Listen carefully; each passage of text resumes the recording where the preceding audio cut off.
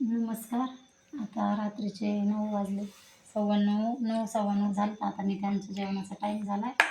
त्यांना जेवण देते. मी एवढ्या उशिरा जेवण का देते? जेणेकरून त्यांना रात्रीची भूक लागू नये किंवा रात्रीचं झोप यावं शांत म्हणून रात्री त्यांना उशिरा जेवण देते.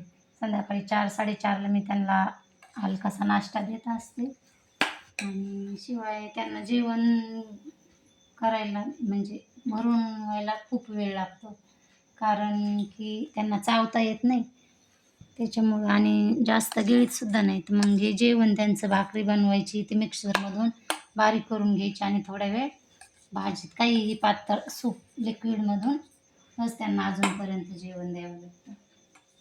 त्याच्यामुळं मग रात्री थोडं उशिरा जेवण द्यायचं, जेणेकरून त्यांना रात्रीची भूक लागणार नाही, झोप शांत लागेल, येड्यावानी करणार नाही. त्यांना जर भूक लागली किंवा काही त्रास व्हायला लागला की ते जोरजोरात पाय आदळतात, हात आदळतात, आवाज वगैरे काही काढत नाहीत अजून.